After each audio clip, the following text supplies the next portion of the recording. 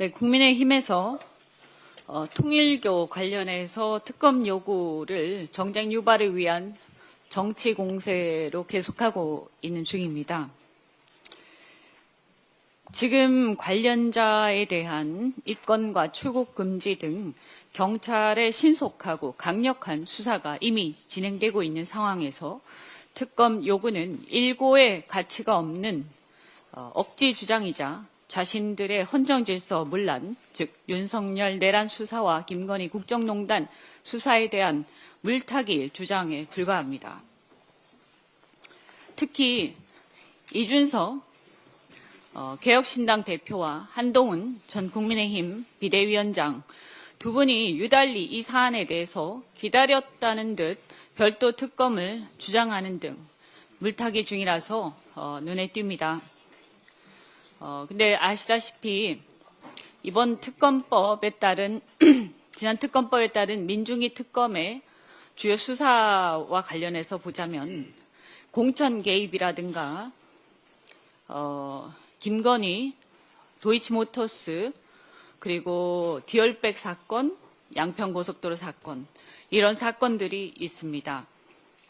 근데 한동훈 전 대표는 당시에 법무부 장관을 했었고 또 국민의힘 비대위원장을 역임하는 등 책임 있는 지위에 있었습니다. 또한 이준석 대표 역시 당시 국민의힘의 전 대표로서 공천 개입의 책임에서 결코 자유로울 수 없는, 아니 오히려 핵심적인 공범의 의혹을 받고 있는 것이 사실입니다.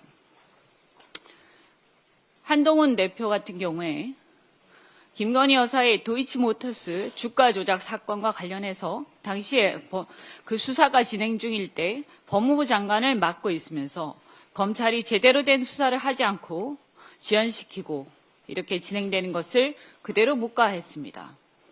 또한 디올백과 관련한 디올백 수수 시기와도 겹칩니다. 그리고 이것과 관련해서 김건희를 청탁금지법 위반으로 고발된 시기하고도 겹칩니다. 또 이원모 전 공직기강 비서관이 지난 22대 총선 때 출마했는데 이때 공천한 게 한동훈 비대위원장이었습니다. 이원모 전 비서관은 아시다시피 김건희 여사의 공천 개입 의혹을 받고 있는데요. 이원모의 부인 신 씨는 민간인 신분으로 대통령 전용기 탑승 논란을 일으킨 사람입니다. 또 김태우 강서구청장 유죄 확정을 받고 구청장직을 상실한 다음에 다시 출마하는 코미디를 연출했는데 최근 윤석열의 공천 개입이 명백한 녹취가 나왔습니다. 이와 관련해서 당시 당대표였던 이준석 대표는 한 언론 인터뷰에서 김태우 구청장의 공천을 윤석열이 언급한 적이 있다. 이렇게 해놓고도 특검의 출석 요구에 계속 불응하고 있습니다.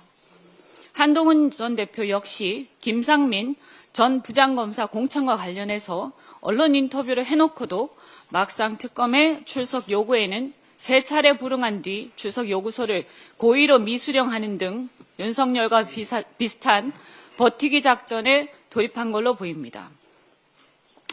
두 사람은 국민의힘의 대표, 비대위원장, 또 그리고 윤석열 정권의 법무부 장관을 지내면서 이런 김건희 특검의 주요 사건에 굉장히 관여를 많이 한 핵심 공범으로 보이고 이 공천 과정에서 도장을 찍은 당사자입니다. 그러면 의사결정에 도장을 찍은 당사자가 인식 없는 유령 도구였다, 유령이었다 이런 얘기인지 그렇다면 정치를 할 자격이 없는 거죠. 그래서 이렇게 핵심 공범이 어떻게 해서 출석 요구에도 불응하면서 이렇게 버틸 수가 있습니까? 어떻게 이런 국정농단 특검을 하고 있는데 계속 버티고 출석도 안 하면서 그렇게 큰 소리 칠 수 있습니까? 저는 특검이 속히 출석 요구를 제대로 하고 수사를 확실히 해야 된다 이렇게 생각합니다.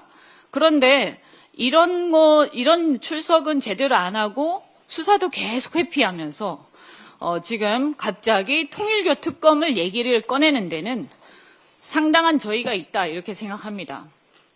두 사람을 비롯해서 국민의힘 관계자들 이렇게 내란 특검을 물타기, 내란 특검 또 국정농단 수사 물타기 하지 말고 제대로 특검에 출석해서 법적 정치적 책임을 다하시기 바랍니다. 지난주에 당정협의회에서 가상자산 2단계 입법에 대해서 당정 간의 이견이 많이 좁혀졌다 이렇게 들었습니다. 하지만 아직 정부안이 정리가 안 된 것 같습니다. 조속한 마무리를 촉구합니다. 미국의 경우에 이미 지니어스법이 발효돼서 현재 시행령 감독규칙 등을 마련 중이며 이르면 내년 하반기부터 공식 적용될 것으로 예상됩니다.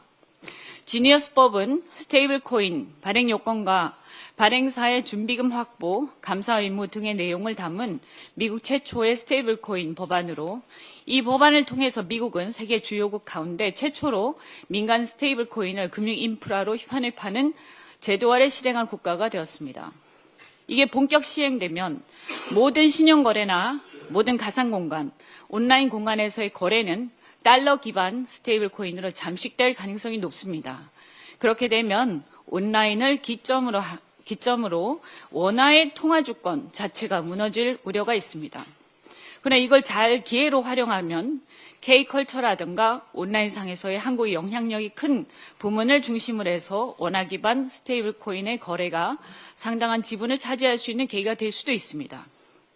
따라서 달러 스테이블 코인이 디지털 자산 시장을 완전히 잠식해서 이런 온라인 자산 시장 거래가 완전히 달러로 덮여서 우리의 원화 거래 자체가 무용지물이 되기 전에 하루빨리 원화 스테이블 코인의 발행 유통을 위한 제도 정비를 서둘러야 한다고 생각합니다.